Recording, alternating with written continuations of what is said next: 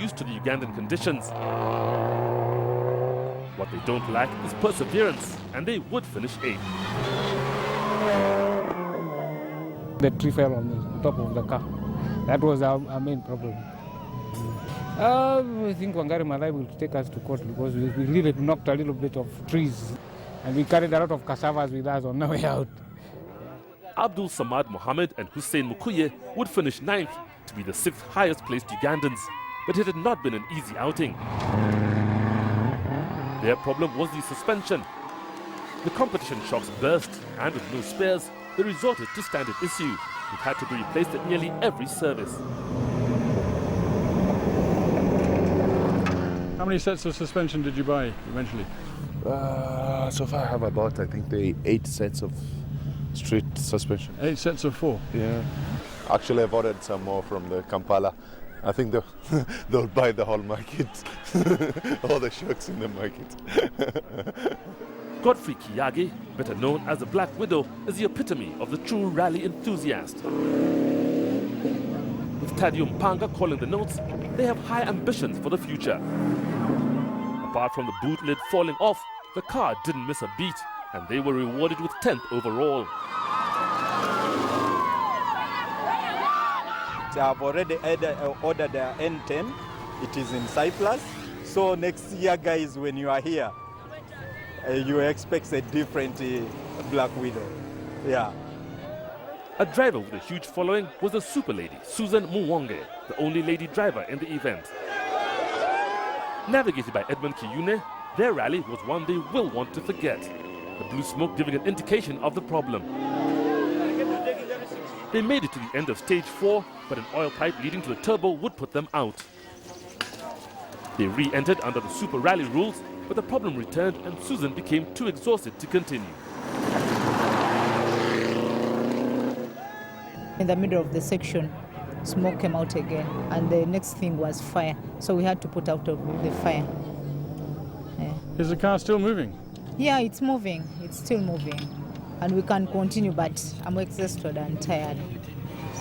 James Gatonya and Isa Nyanzi were another whose outing was short-lived when they went off on stage 3 and were unable to continue. They also re-entered under the Super Rally rules, and although they made it to the end, it was for personal reward as they would not gain championship points. There was some calls the navigator called, a caution, and I misjudged it. And car bounced off, hit a tree stump, and we're stuck there. I made a mistake. So it wasn't his fault? It wasn't his fault, my fault. Driver error.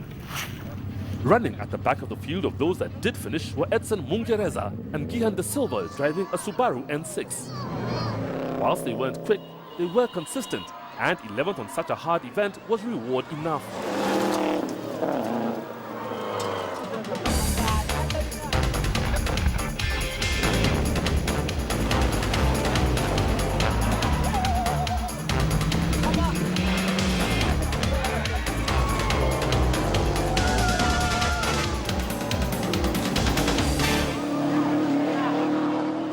As Jamie White and Phil Arconol left service for the last time, there were only 22 competitive kilometers away from winning the event, but they would be the most tense of the rally. It was equally as tense for everyone as they faced that final sting in the tail, a section that was unknown, rough, and very narrow. Giancarlo De Vite and Sylvia Wintervogel had nothing to lose and left the battle for the honors to just unfold around them. They were no longer on the leaderboard and just put the stage miles behind them. They finished and gained the 5 ARC bonus points they wanted.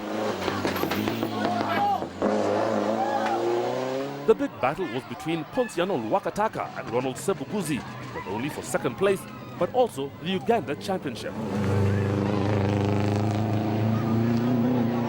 Luakataka started the stages with an 18-second advantage, and after a determined drive, only lost one to clinch both the place and to extend their championship lead.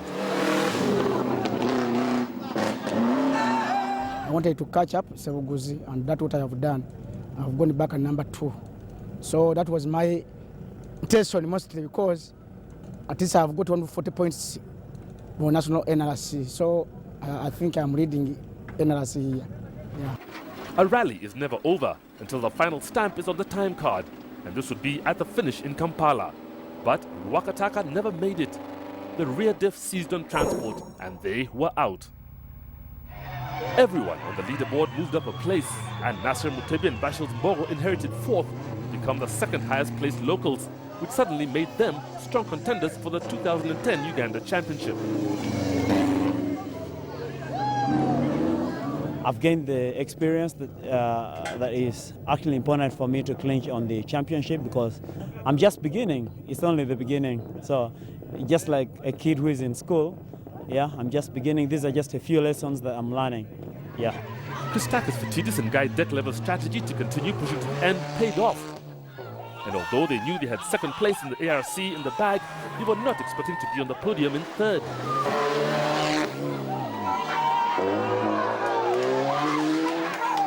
Jamie White, okay, forget it. We cannot compete with him. But I was trying to compete with Sebuguzi and Wakataka.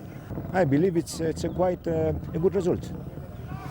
As Ronald Sebuguzi and Cedric Buzabu powered through the final sections, they were unaware of the good fortune that was about to fall into their lap. They were on a mission and even won the final stage, but were resigned to accepting third. It was only at the finish in Kampala that they were given the news that Wakataka was out and that they'd come second. You done better than you expected?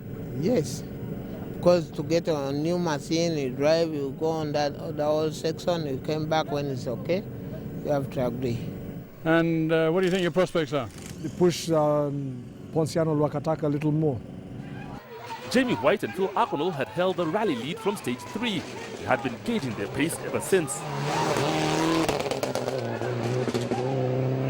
They even backed off over the final two stages, giving away a minute, knowing they had plenty of time in hand.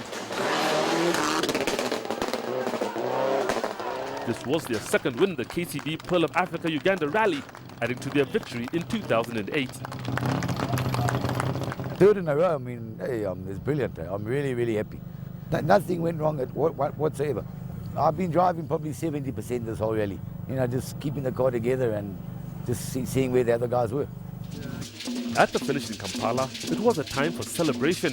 As the crowd anxiously awaited the victors, there was much singing and dancing and the beating of drums.